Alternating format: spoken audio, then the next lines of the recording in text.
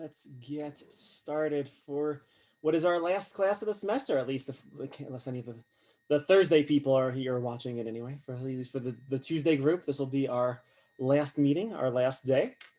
What we'll do today is kind of just end. I think we'd end with something. Maybe light might not exactly be the right word, but at least something a little bit more fun. Anyway, students usually seem to find this a more fun topic than some of the other things we've been talking about.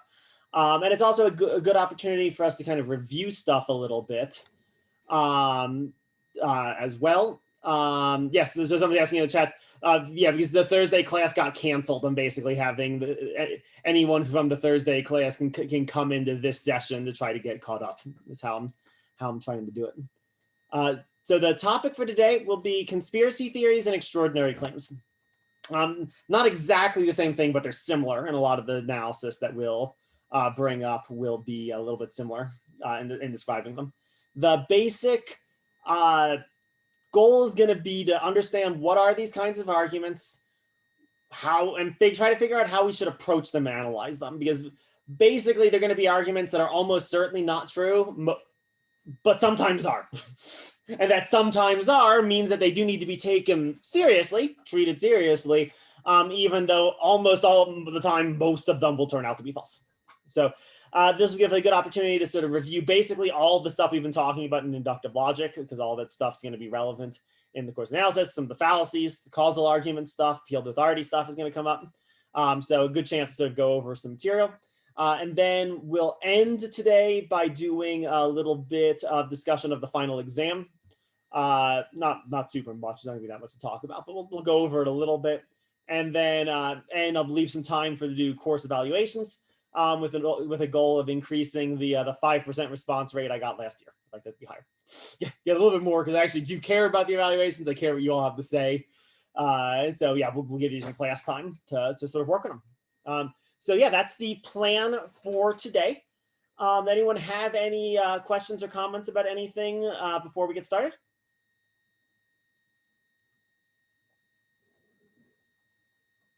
All right, then let's begin. Let's just start by defining our terms.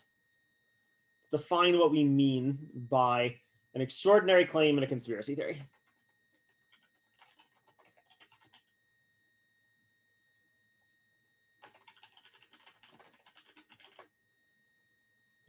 Not the same thing, but though they'll frequently overlap. So we'll start with extraordinary claims first.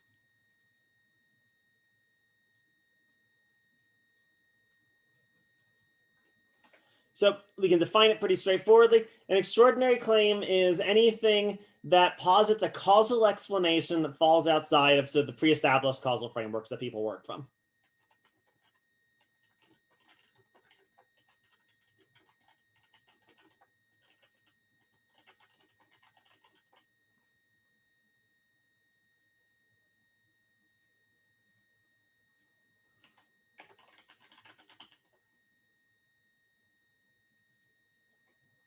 And the important thing is it does so purposefully or deliberately.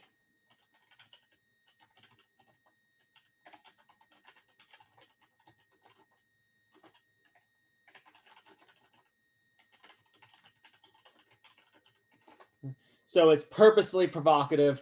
Let's do some review just to go back a little bit to our discussion of causal arguments more generally. So we noted when we were first looking at that kind of argument that there are a lot of things that we rely upon when we make causal judgments that it's hard to actually sort of justify why we believe them. So let's just use, I think this is the example we used back in the day. So let's say we're trying to explain why I have a stomach ache. There are certain kinds of answers you would give to justify that. Right? Maybe you would say, I have a stomach ache because of something I ate. Or I have a stomach ache because I'm sick. Right? Or I was poisoned, maybe even if it's some sort of, sort of more outlandish kind of explanation. But nevertheless, that fits. That's the kind of thing that could explain why my stomach hurts. Whereas none of you would say, well, maybe your stomach hurts because a car backfired. Right? And why not? We said that it's kind of hard to actually answer that question. It's sort of hard to point to some one ready reason that explains why the car backfiring is the wrong kind of thing, but the sandwich is the right kind of thing. you can sort of say, well, that's what science says, but I don't know. I don't doubt there are any scientific investigations studying whether or not stomach aches are related to car backfiring. I mean, it's almost like such a goofy thing. I can't imagine that anyone's ever studied it to think of it or to investigate it. Okay? That's what we mean by a pre-existing causal framework. It's basically these frameworks that we all rely upon when we sort of have a sense of what kind of thing causes what other kind of thing. An extraordinary claim is one that sort of violates those frameworks and does so very deliberately. It's challenging them, trying to suggest that something is the cause outside of it. So examples may be astrology or any kind of paranormal phenomenon, faith healing. All of these would be examples of extraordinary claims, right? Claims that do not fit in. Why did I fall in love with my wife? If you were to say, well, it was because of the day we were born and the zodiac stars underneath us, that would be pretty weird, actually. That doesn't seem like the right kind of explanation for why my wife fell in love. What would the right kind of explanation be? Maybe you would refer to sort of psychological features of both of us or whatever. Right? But it would be pretty weird to say that it was like the date of our birth and the stars we were born under or something had something to do with it. Right? So the astrological claim is extraordinary. Maybe a paranormal claim, right? Humans have extrasensory perception. That I knew what you were going to say because I could read your mind. Right? That violates sort of established causal frameworks. That's not the kind of thing we would normally think of as the explanation. Ghosts are an extraordinary claim, right? Ghosts do not fit in with established sort of causal framework for why events happen in the world. And the existence of ghosts would at least cause some parts of our sort of scientific understanding of the world to get disrupted in a profound way. All right. So that's what we mean by an extraordinary claim. Any questions just on that level, just what we mean by it? All right, let's turn to conspiracy theories. Sorry, my computer's acting weird. There we go. All right. So conspiracy theories will occasionally overlap with extraordinary claims, but they don't have to. So a conspiracy theory, just in its own terms, is any, again, causal explanation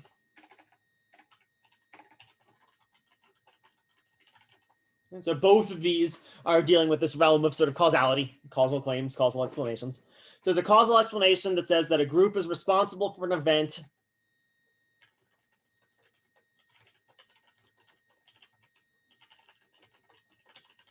and that group is actively working to hide evidence of its involvement.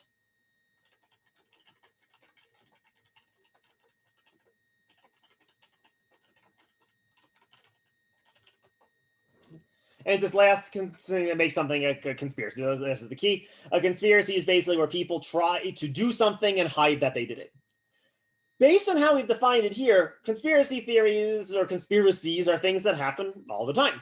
Right? Almost most criminals would be involved in a conspiracy by this definition because they're trying to hide evidence of their criminal activities.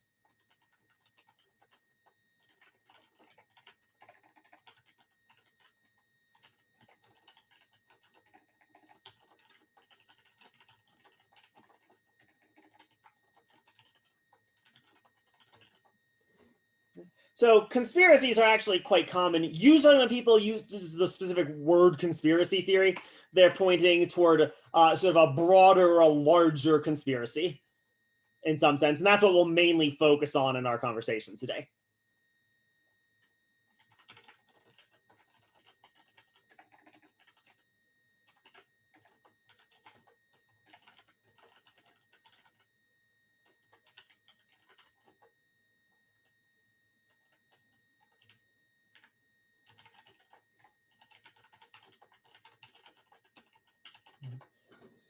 So, the examples that we're going to look at are things where it's a large group with a lot of power hiding enormous amounts of evidence, not, me illegally downloading a song and trying to hide it from my internet provider.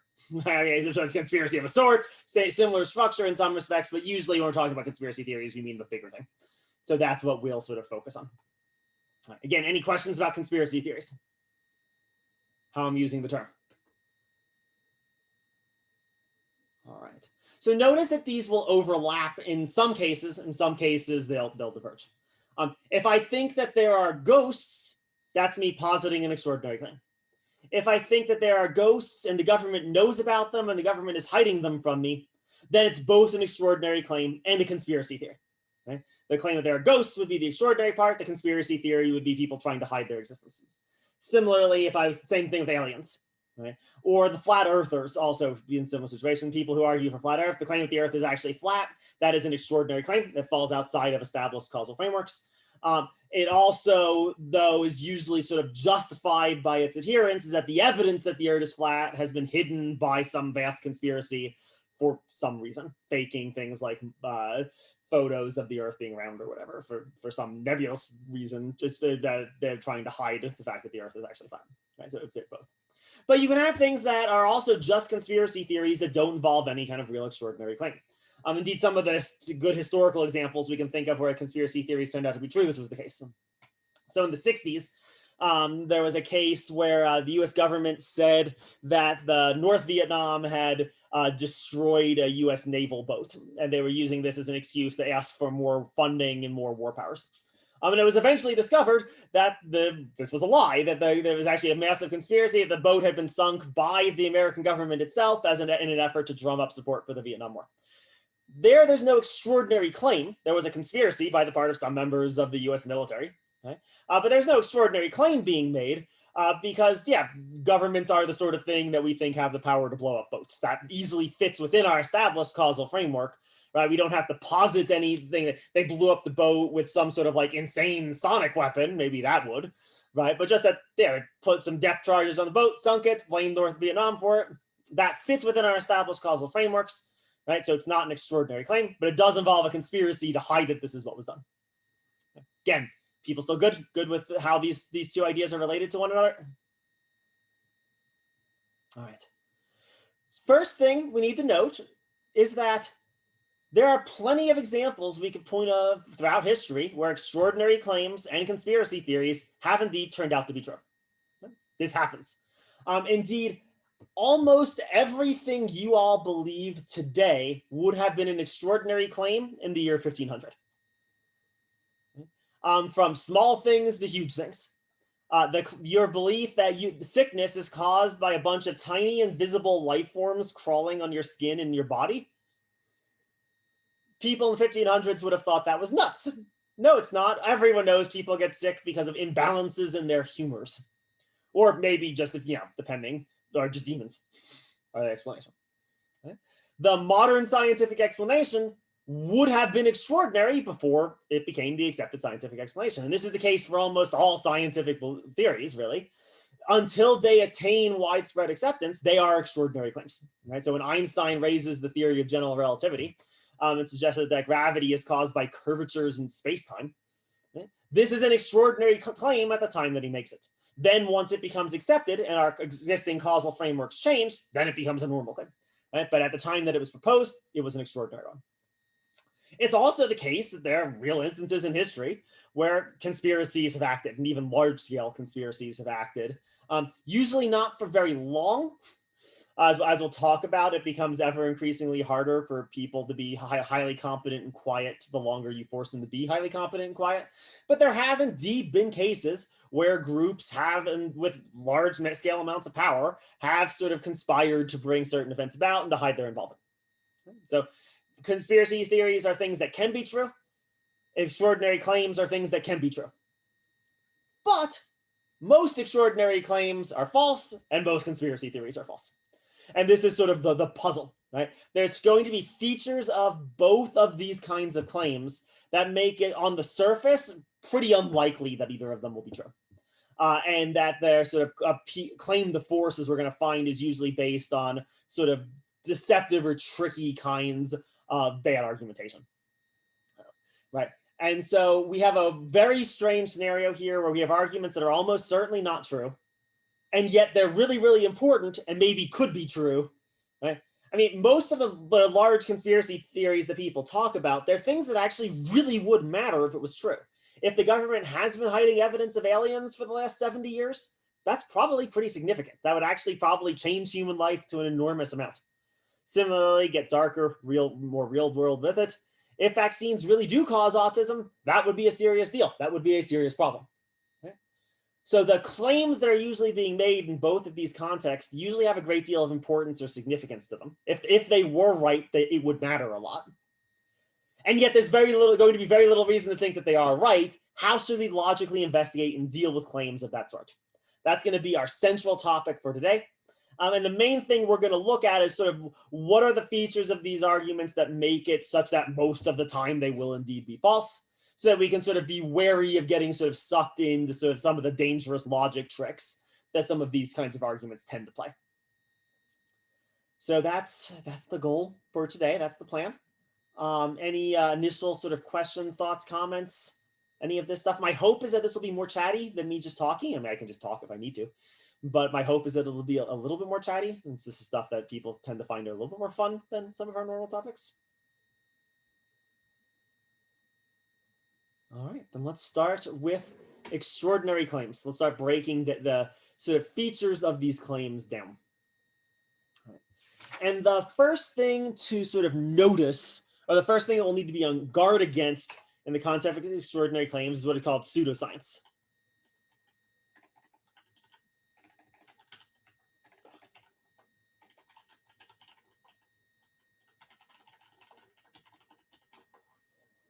And be on guard against the possibility of sort of pseudoscientific explanations or evidence tricking us into accepting things that actually have no good evidence. So let's actually go back to our appeal to authority arguments for a second. We said when we were going through these appeal to authorities that we should expect experts to be able to give us non-technical explanations, metaphors, images of what it is that they're saying.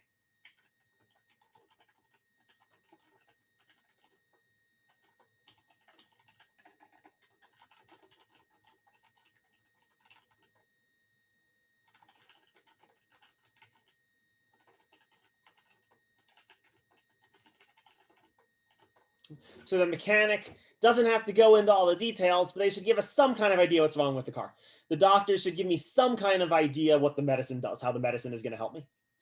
Or if any of you are interested in science, right? And so, you've probably done this at some point. You might have heard of Einstein. You were like, hey, what's Einstein? What's this Einstein guy about? What makes him so cool? You probably found yourself on a YouTube video of a guy dropping a bowling ball on a bed and using that as a kind of an image or metaphor to explain what's going on in general relativity. Right? The curvatures of spacetime and how gravity is a curvature within spacetime. We also said, though, that simply being able to give these accounts doesn't make one an expert.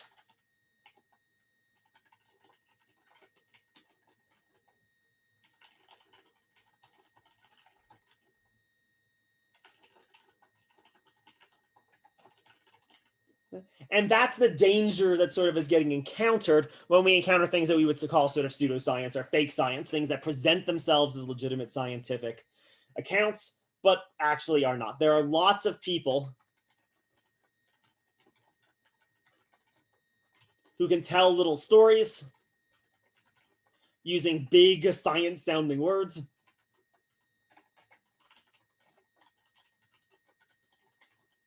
And thus, people who can sound quite impressive to us who are not experts in a field.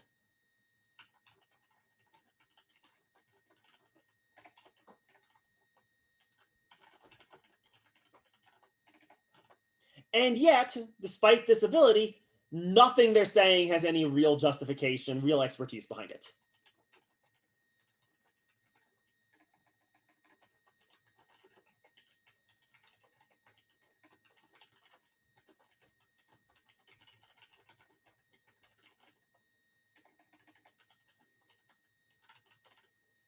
You've all probably heard the term snake oil salesman at some point in your life.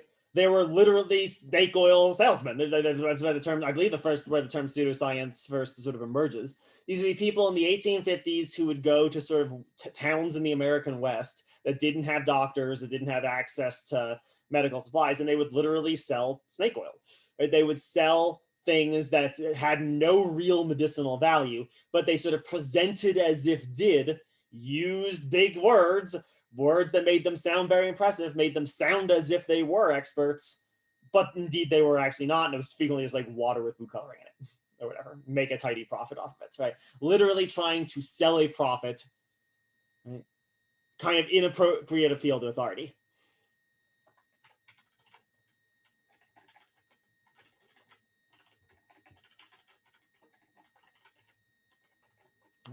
And as a result of this, there's certain words when you hear them, you should be really dangerous. These are technical terms in science that people who frequently don't actually understand what these terms mean in their technical capacity, they get used to sort of make them things sound scientific that don't have any scientific justification for them. The word energy is a classic example of this. The word energy means something really specific, really technical, really measurable, really precise. It does not mean whatever's going on with chakras.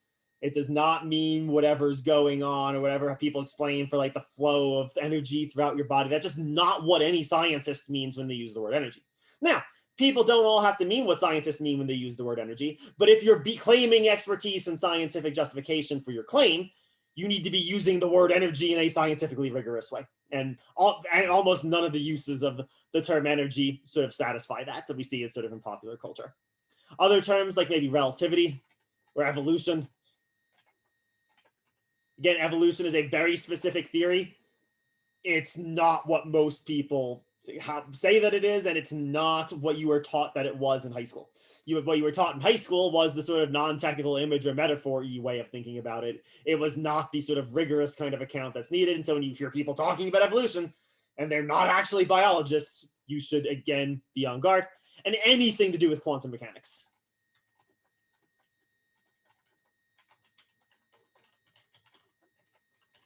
Things, maybe terms like uncertainty or whatever.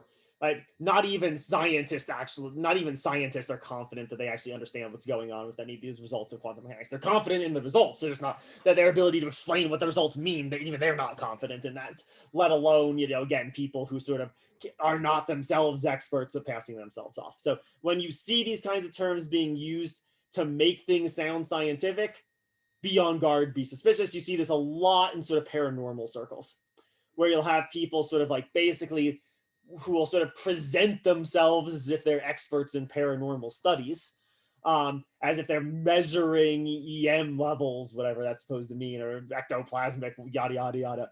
Try sounding science-y, and yet there not being any justification behind it. And part of the evidence that you can use to sort of know that this is the case is that if there actually was scientific evidence that supported the claim of ESP, or supported the claim of ghosts, or supported the claims of telekinesis, they wouldn't be extraordinary claims anymore. What make them extraordinary claims is that they are not currently supported by the evidence, by the causal frameworks, by the causal theories available to us. And so extraordinary claims that are sort of justified and sort of prettied up in the language of science, that's one way people can sort of be gotten to sort of buy into stuff, and quite literally to buy stuff. Almost always this sort of fake expert that we're describing here is going to be selling something, right? The snake oil salesman literally selling you crystals, selling you homeopathic remedies, selling you my book on ghosts, right? Trying to get people to buy into a product. All right. How are we doing so far? How are people doing with this idea of pseudoscience? Any questions here?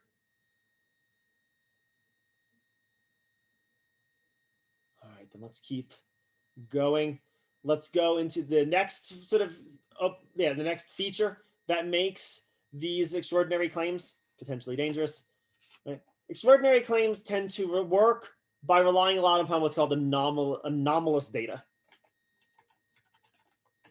Right? So let's begin, define what I mean by an anomaly. An anomaly is some piece of evidence or data that doesn't neatly fit into our established causal theories.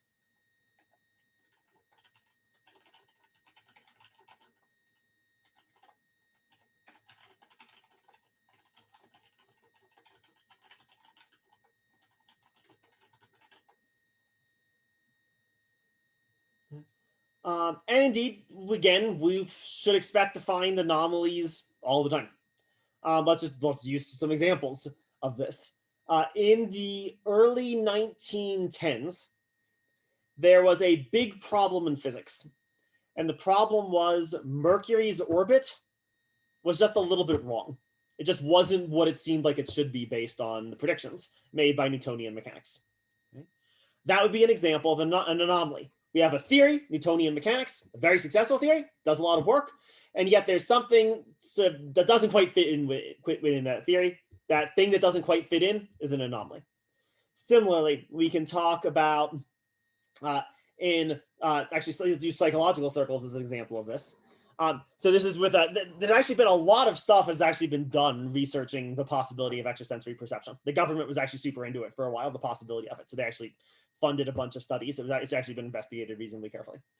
And so the way that these studies usually work is that they sort of have people try to make guesses about something. So let's say it's like I'm holding up cards or whatever. I can see what's on the card, you can't, and you maybe have a 50-50 chance of getting it right.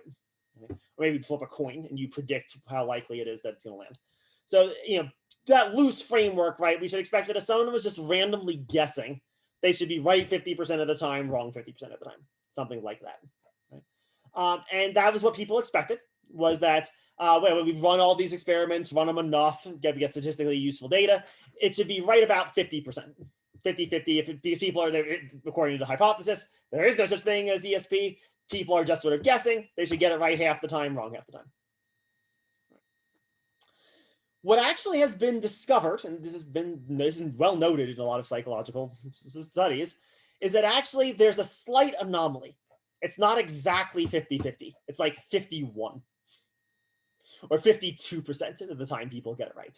They get it slightly more than they should, not like a lot, right? Like when you think of like ESP in science fiction, it's like I get it right every time or 95% of the time or something. It's like a slightly anomalous statistical tendency for people to guess correctly more often than they should if their guess is merely random. And so what should we do about this? What should we do about this anomalous piece of information? Well, there are a couple different options. Right? When you encounter some anomaly, one possibility is that we just haven't yet figured out how to fit the anomaly within our causal framework. Right? Maybe we need to go back, run the experiment again, make sure that it wasn't just a sort of freak result. Maybe we should see if we can like tweak our theories a little bit to account for this anomaly, right? Because again, we should expect to find anomalies all the time. Anomalies are why science continues to progress. Scientists find something that they don't yet understand, they investigate, hopefully come to understand a little bit better. Right? So that's one possible reaction to an anomaly, right? When we encounter things like this, one possibility is just that we don't yet understand how to fit it into our theory. It isn't a threat to the causal framework.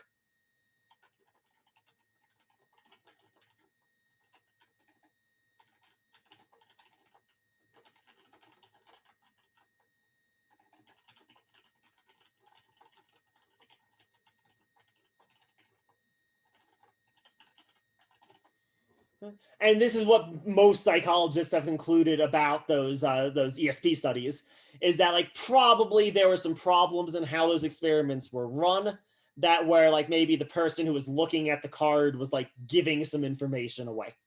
And so they tried to run the experiments by sort of correcting for some of those things and tried to get rid of the anomalous results in that way. One possibility. Another possibility is, of course, that something is wrong with the theory.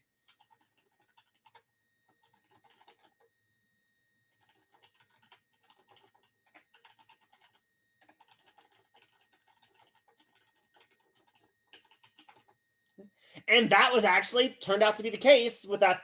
What I was saying, Mercury's orbit was a little bit wrong.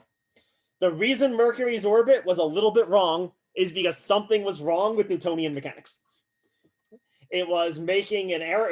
And that error was sort of showing itself by a couple other, not just, there were a few other anomalies, not just that one, a few other anomalous results.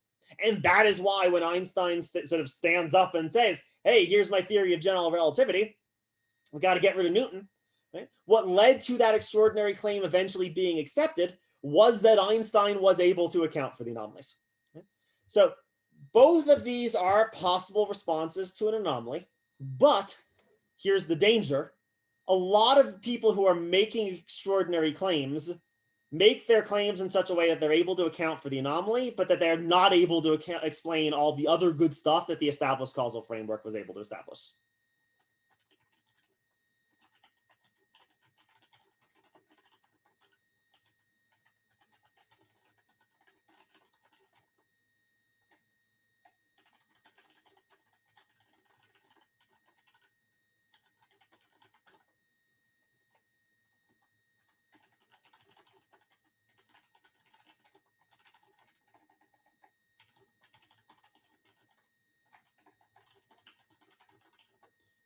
And so we don't want to accept an extraordinary claim because it can deal with the anomaly, but not do any of the other good causal work that the previous theory dealt with.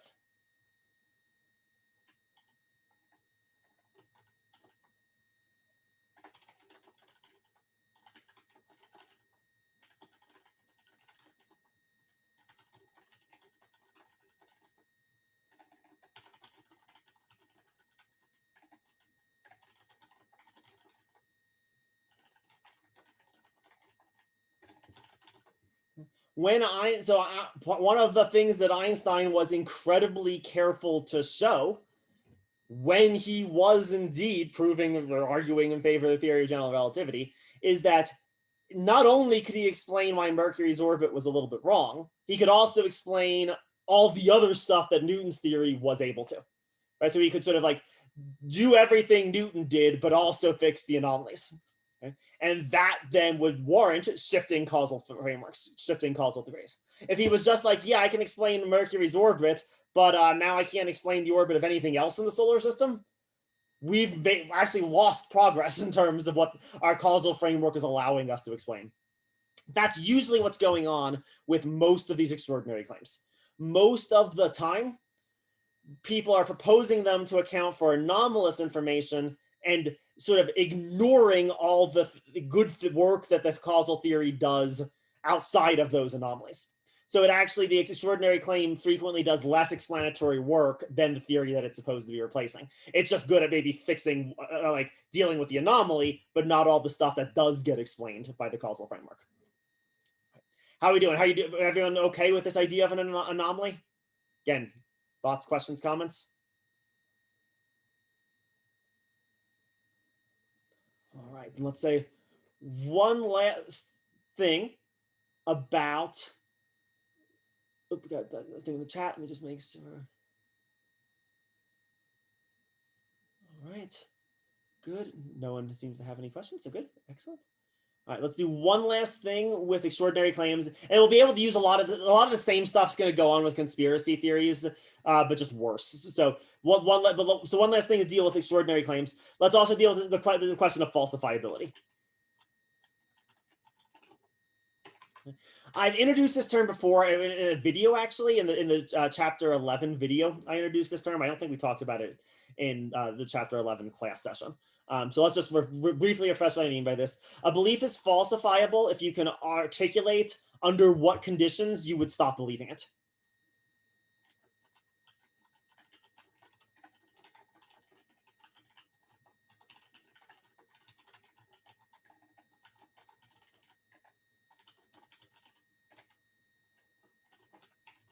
Another way of thinking is if you can sort of say what would prove it false.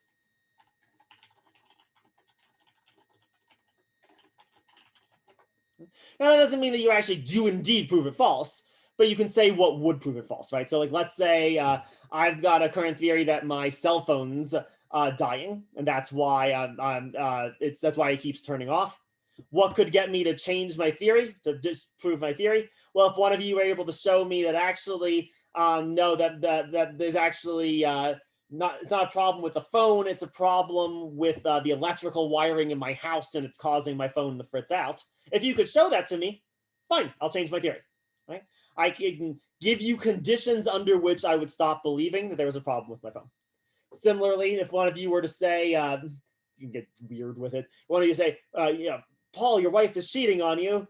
You could say, well, what evidence could get me to believe that? I should be able to give answers yes or no. Right?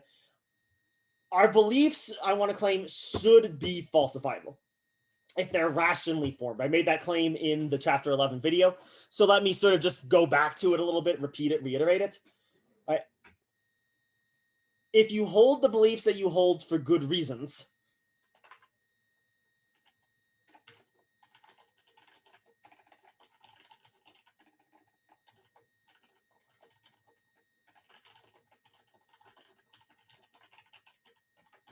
then your belief is based on evidence.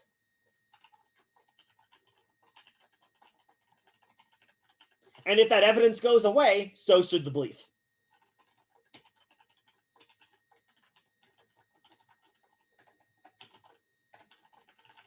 That's what I see as sort of the fundamental connection between falsifiability and rationality.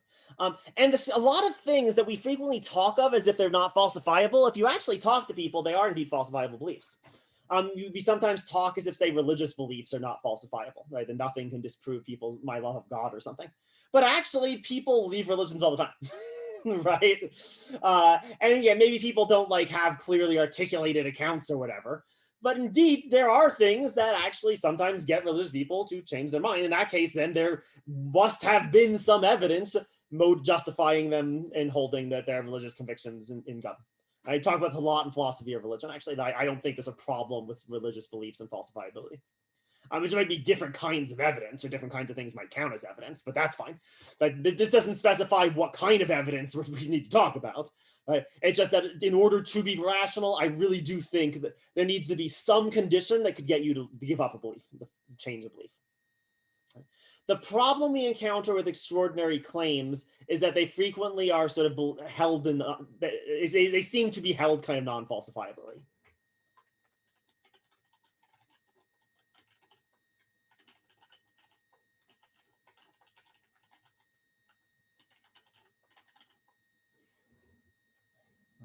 And so things that are being presented as evidence kind of aren't. Like there's kind of like a disingenuousness going on.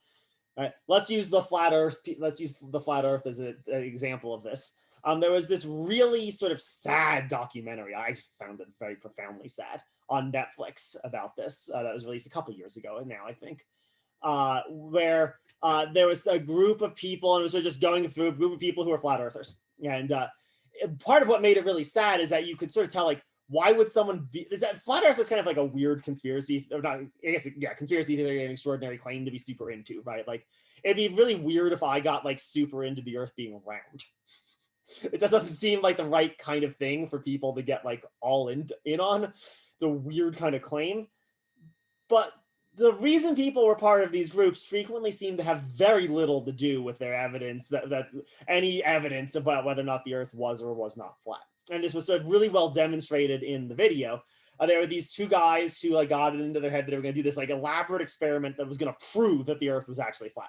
It involved like really complicated stuff with lasers and like setting things up at sort of like 100 miles apart and all this stuff, right?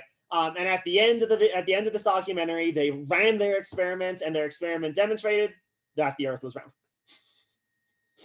That is indeed what the experiment demonstrated, and yet their faith was not shaken at all. Their confidence in their belief was not shaken at all. They were acting as if the belief was falsifiable. They were going to run this experiment, right? But the results of the experiment didn't change their beliefs at all, even though their experiment disproved their theory. Right? They apparently, as a result of, if that's right, they do not believe in this flat earth theory for a rational reason. They do not believe it on the basis of evidence. They believed it because it was part of their social identity, or they believed it because it was part of their individual sense of self or something. Right? These extra rational kind of reasons. And this is frequently the case with lots of this stuff. The reason people want, sort of, if you ever watch the X-Files or whatever, right? Like one of the lines in the X-Files is, I want to believe in aliens, right? That kind of seems to be why people are frequently believing in aliens, right? Again, not believing in these extraordinary claims because of evidence, but believing in them because people, in some sense, want to believe them.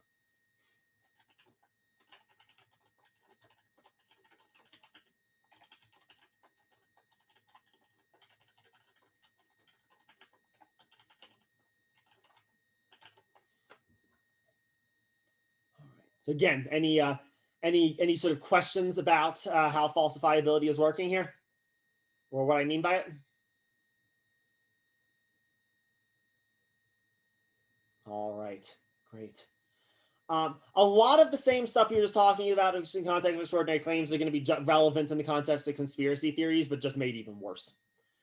So we can turn to conspiracy theories now. People are good. Any last thoughts about extraordinary claims? All right.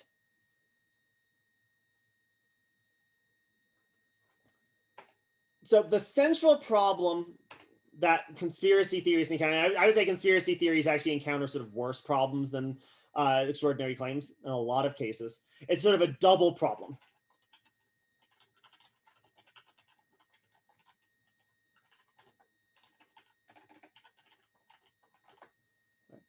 First problem, there's usually very little reason to believe that the theory is actually true.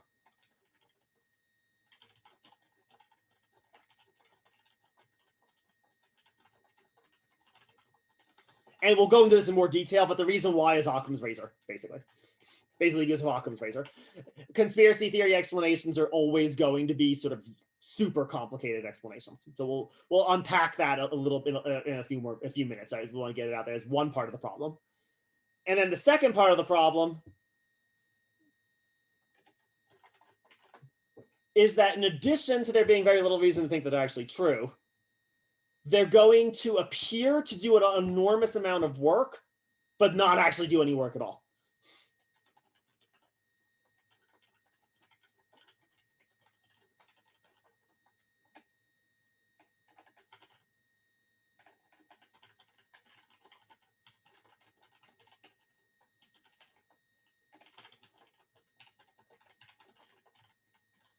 And the way of studying it is they're kind of circular. They tend to be circular arguments. They don't have to be. They're not always, but they tend to be circular arguments.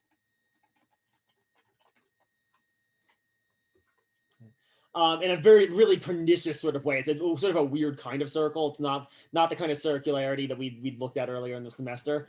But they're going to turn out to be they tend toward a certain kind of circularity in their structure that makes them seem powerful, but actually they just don't do much. They don't say much. They never kind of get off the ground, even though it frequently seems to the person in the sway of a conspiracy theory that they're the one being rational, when in fact all they're doing is just making a circular argument that has no real motivation or primacy to it.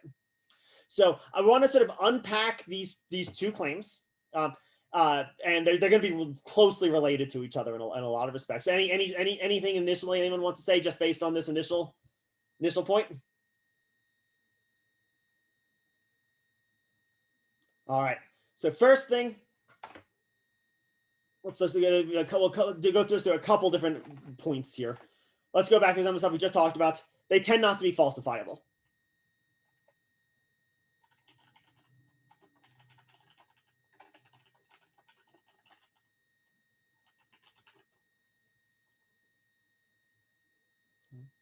In the very specific sense that evidence against the conspiracy theory was planted by people part of the conspiracy.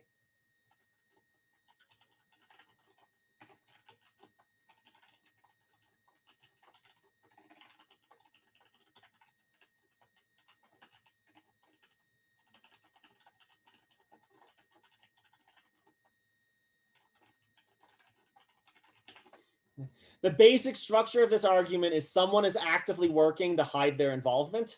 So therefore, any evidence that I present against the existence of the conspiracy is just proof that the conspiracy has done a really good job.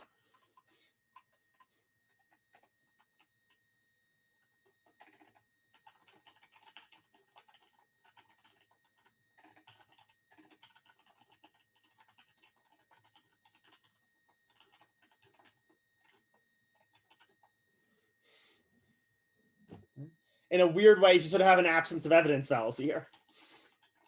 Though again, it's a strange version of it, right? The fact that there is no evidence of the conspiracy just proves that the conspiracy exists, right? Because how else could there be no evidence if they didn't do such a good job hiding all that evidence? So that's our first problem. That's a pretty big problem. Second problem, again, conspiracy theories tend to rely heavily upon anomalies.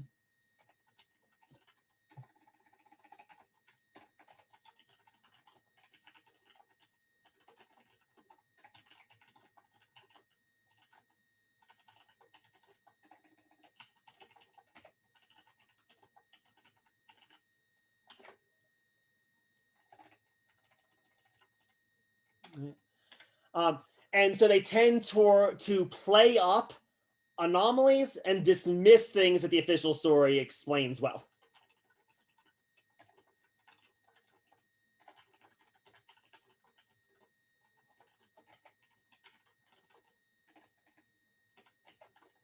which again, think about this in terms of stuff we've been talking about. This is a perfect way of describing a confirmation bias. Confirmation bias is a huge danger in the context of conspiracy theory.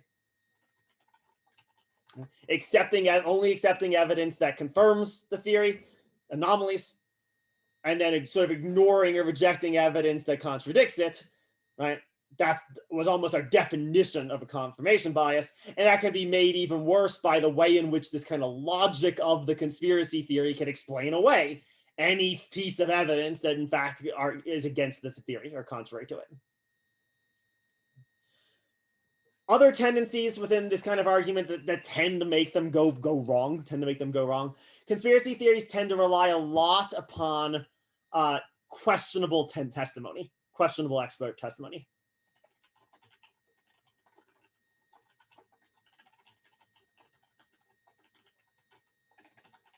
And they do this in kind of two different ways. So first, they tend to rely a lot upon eyewitnesses.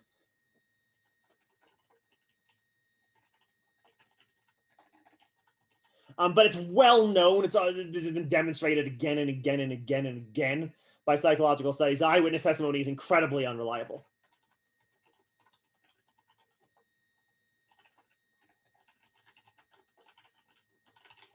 We just don't remember stuff as well as we think we do.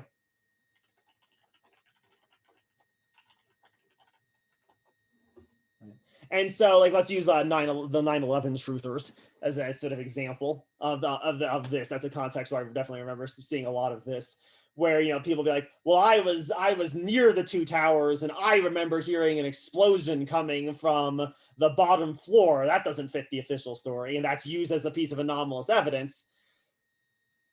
But it's entirely possible that this person is just not remembering the situation correctly. I mean, it could also be lying. People also lie. But more commonly, it's actually comparatively rare that people just lie about stuff. More commonly, people just don't remember stuff in a reliable way. And so a lot of the conspiracy theory stuff is heavily predicated upon calling in these sort of eyewitnesses who remember anomalous details, but it's possible the anomalous detail that they remember is not actually the case. It was just them misremembering something.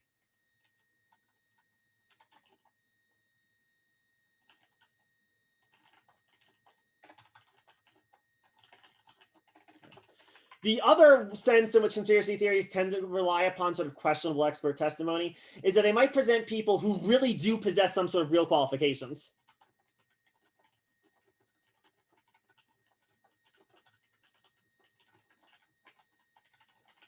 But people who are hold some kind of minority position or some non-standard position amongst experts in the field.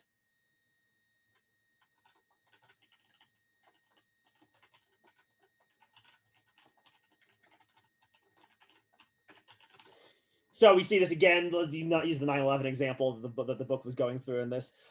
There are indeed some engineers who do not think that the official story for how the two towers fell was possible. They don't think that fits within how they understand engineering to work. They are indeed engineers. They're really qualified people. I don't mean this just bums on the street or whatever, right? They do possess real qualifications, and yet their view is a minority one. Most engineers do believe that the official story is indeed quite plausible, could happen, right? And so again, like we were saying when we were going through appeal to authority arguments, right? When you have someone sort of who is an expert but who has a sort of minority view, their testimony cannot be appealed to as authoritative because we ourselves would have to be experts to determine who is right. Our best bet is going to be just going along with the majority of the experts. And usually the overwhelming majority of the experts are going to go along with the official story.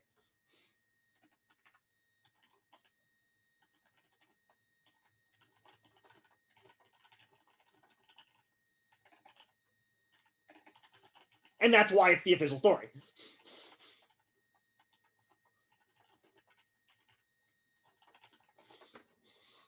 What makes it the official story is that most of the experts, when they were asked, this is what they concluded. This is what they sort of thought. And so we get sort of a lot of things because of inappropriate field of authority fallacies.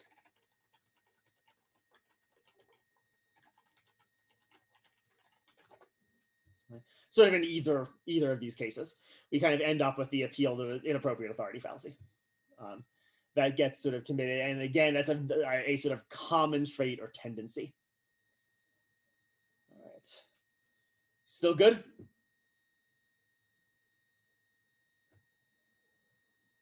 Questions so far? All right, then let's end with one last. Sorry, Canvas is being difficult for a second, or Zoom is being difficult. All right, let's end with a last feature, and this is ultimately the one that makes conspiracy theories, I actually think, quite dangerous. Like my best friend from college, he kind of, I think, that has fallen down to some dark rabbit holes with some conspiracy theories that he's gotten into. There's a real danger in the basic logical structure of this kind of argument that makes it very hard to get out of a theory once you sort of buy into it. And as we've seen, people don't buy into it for like good reasons necessarily. There was not necessarily much evidence to support it in the first place.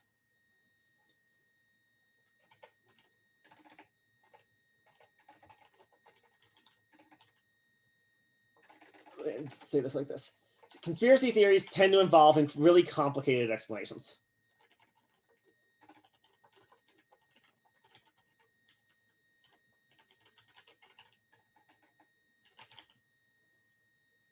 Now, as we saw when we were dealing with Occam's razor back in the causality chapter, that in and of itself doesn't make them false. If the evidence supports the more complicated explanation, fine, then it can be the right one. But they tend to be really complicated explanations. Let's capitalize this to just emphasize this, but they tend to be really complicated explanations. There need to be a lot of conspirators.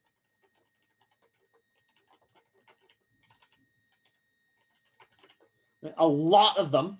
Because again, usually this term gets reserved for when we're talking about like big conspiracies, right? Things that a lot of people would have to be in on.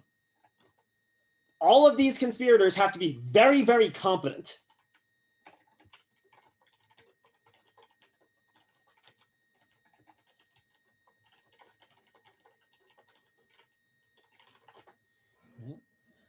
They have to do their job really well, right? They can't screw up, because if they screw up, even maybe 1 or 2 times would be enough, the conspiracy would be exposed. And not only that, they all have to keep quiet.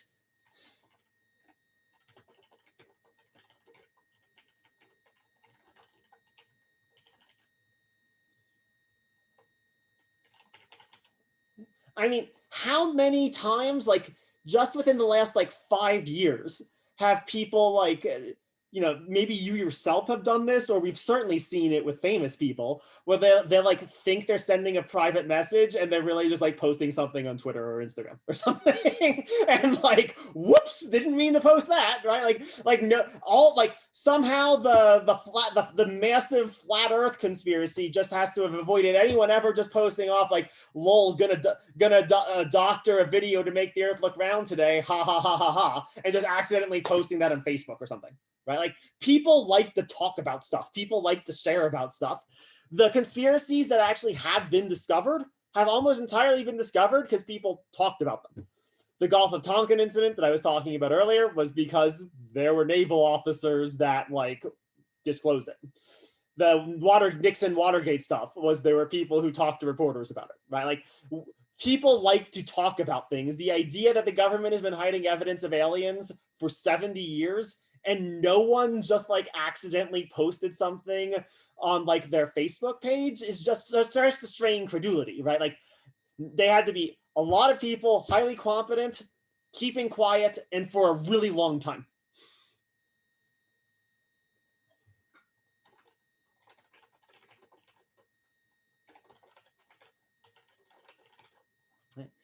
None of that's impossible, but it does seem unlikely. And it makes a lot of assumptions.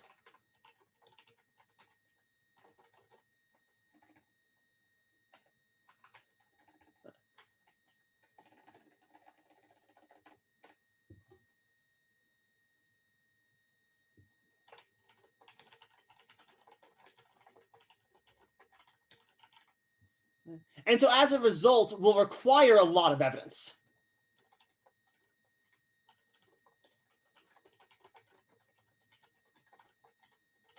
You want to put it this way, the burden of proof is definitely on the person advancing the conspiracy theory.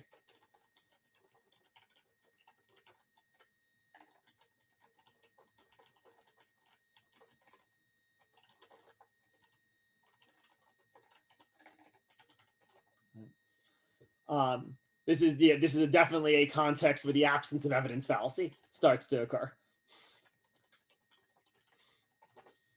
where people advancing the conspiracy theory will frequently try to push off the burden of proof onto other people because the burden is quite high on them.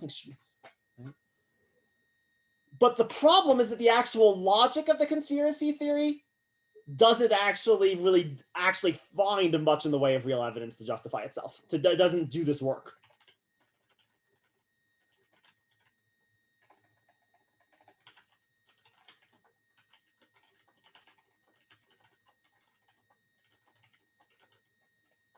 And so here's what I'm calling this baseline logic. Here's what it basically consists in. And it's really like pernicious and dangerous, I really do think.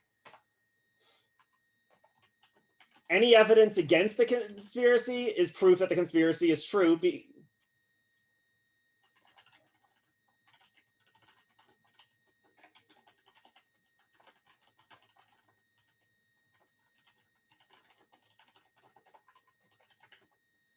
Any evidence for the conspiracy is good evidence.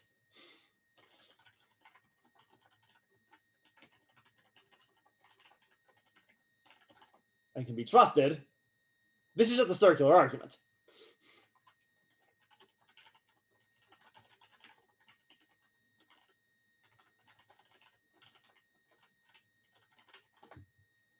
If there actually is a conspiracy, maybe this logic does a lot of work.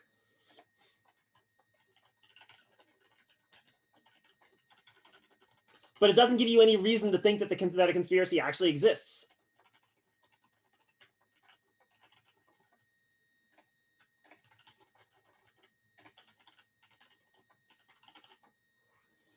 It presupposes it.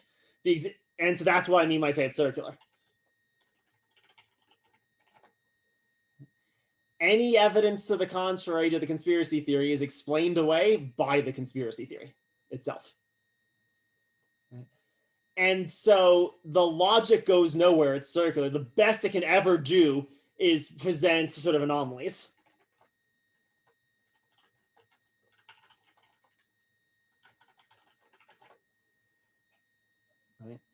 But what it never really provides any sort of actual evidence that the conspirators have indeed created or fabricated all of this, false evidence. If you can actually justify the claim, that's a different matter, right? Again, conspiracy theories indeed have turned out to be true, and it is indeed possible to believe one and not fall into this sort of circular logic. But most of the time, people do kind of fall into this sort of, I think, highly dangerous circular logic.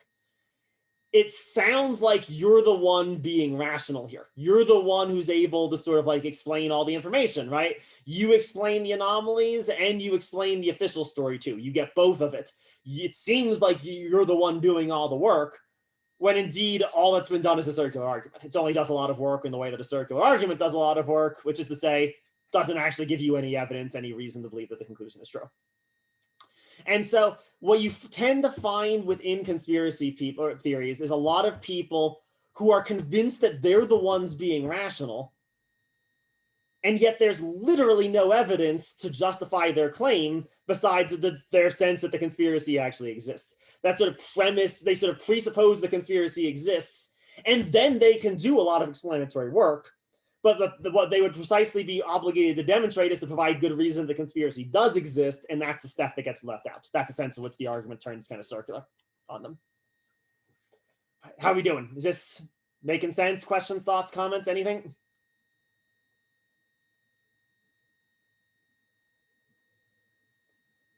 All right.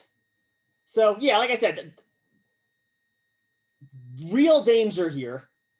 But also, at the same time, I mean, sometimes extraordinary claims are right, sometimes conspiracy theories are true.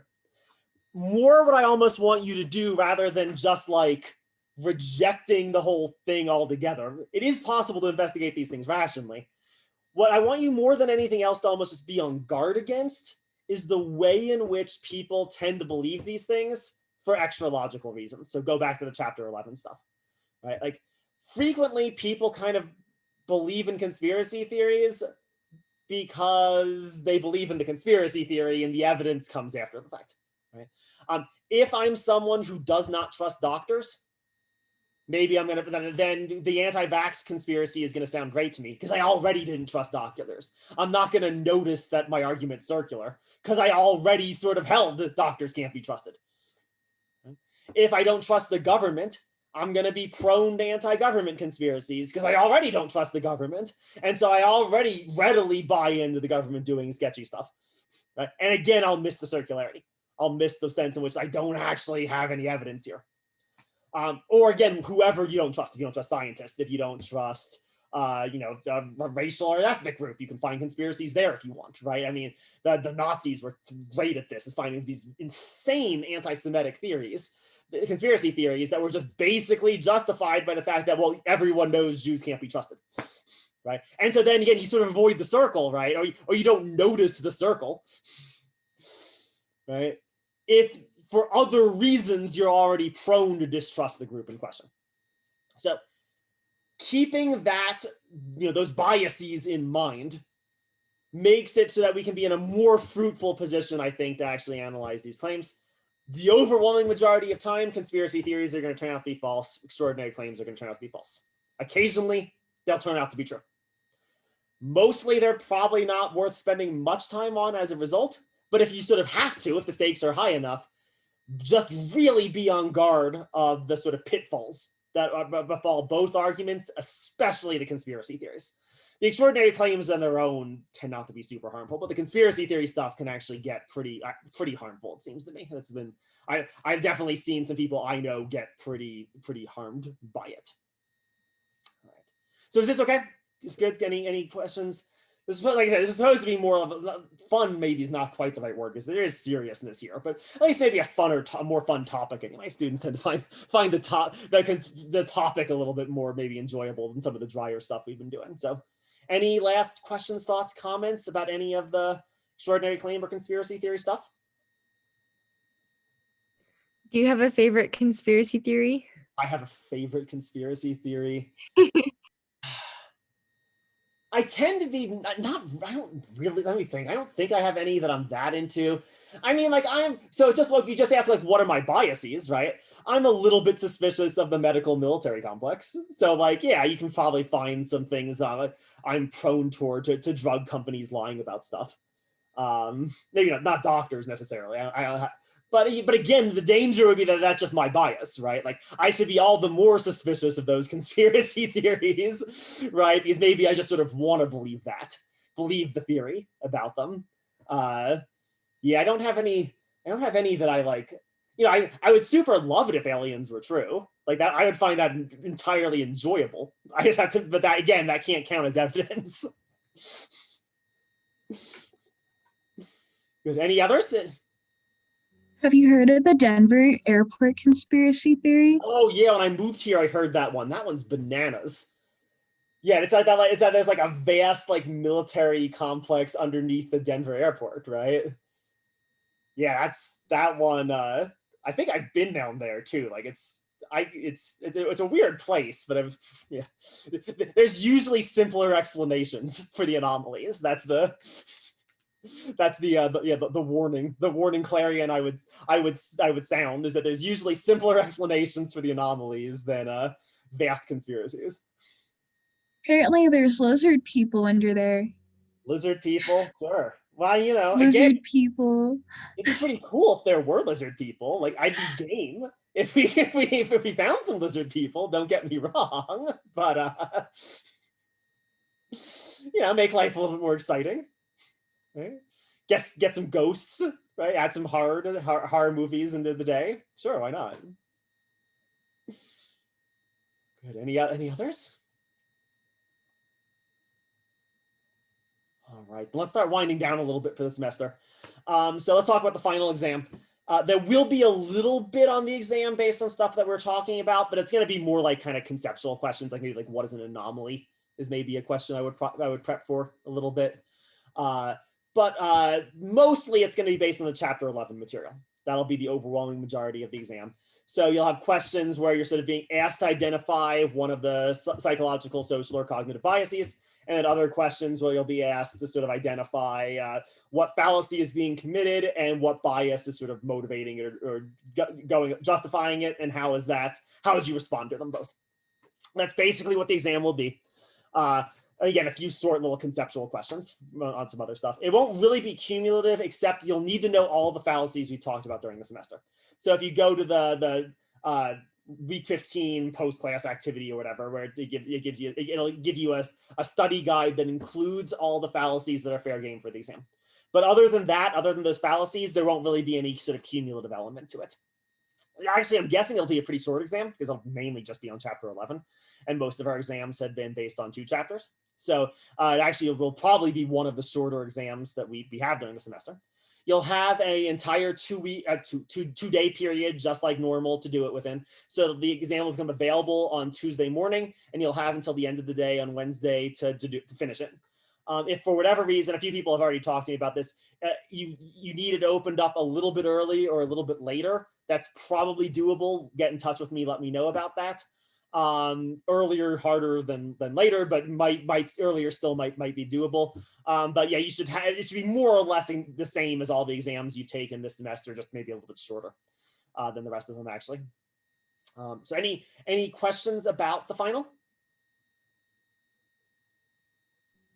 You said it would be open Tuesday as well. Yeah, so to open from Tuesday morning till Wednesday evening is the plan. Yeah, because when our final would have been scheduled in here is on Wednesday. So give you 2 days sort of around Wednesday. All right. Other things, I'm going to hold office hours as normal this week. I might actually have to change my office hours tomorrow a little bit, but I'll still hold them. And then I'll hold office hours next Monday. I won't hold them next Wednesday or next Friday during the final exam week, because my assumption will be people will be sort of in the midst of the exam. But I will be available to meet if anyone would like to go over anything. That's not a problem. Just let me know. We can arrange a time to go over anything pretty much whenever. Particularly once we get to the end of this week. I don't have classes anymore, so I'll be around. All right. Any other business questions for me? All right, awesome. Then let's start winding things down. So I want to thank you all for the great work you put in this semester. It's been a super weird semester. It's been weirder even than last semester was in the fall. We deal with all the COVID stuff still, but we also had to deal with switching modalities twice, which is a real pain and probably really confusing and disorienting for you all. So I apologize for that. I tried to make it as painless as possible, at least, but I know that this semester had a lot of complications. A lot of them had nothing to do with this class even, I'm sure. So I'd like to thank all of you for the good work you put in during the semester. If there's anything you need from me going forward, please don't hesitate to let me know. This class comes with a lifetime guarantee. Whatever you need from me going forward, you're not going to be bothering me, let me know. If you want a letter of recommendation, that can be done. If you want to just chat about logic, or you want to chat about philosophy, you want to talk about whatever, let me know. I can do it.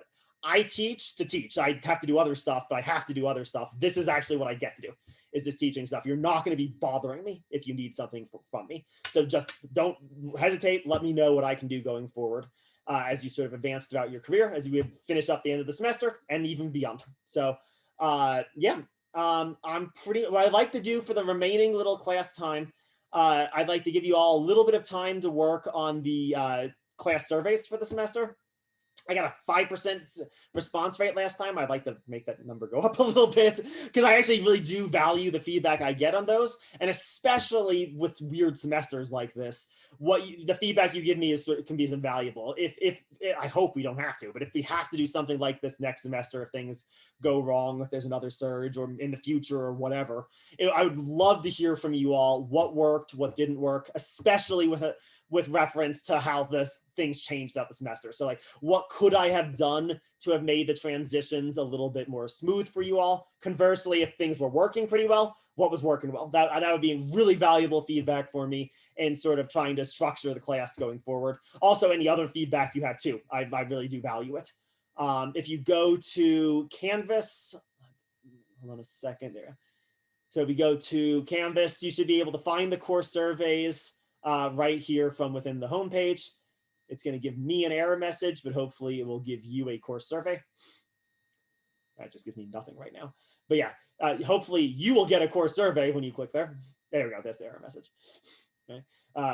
And hopefully you will actually get a survey. If it doesn't work, let me know, and I'll try to fix it. But yeah, I'll give you the rest of time today just to work on it. These will also be open throughout the rest of the semester too. So anyone who wants to can fill them out there. I'll get out of your hair so you don't have to stare at me as you're filling it out. So yeah, thank you all very much. I hope you all have a wonderful rest of the semester, and I will talk to you later. Thank you. Really appreciate it. Absolutely. Have a good one, Yeah, everyone. thank you so much. You. Thank you. Thank you, Professor. Absolutely.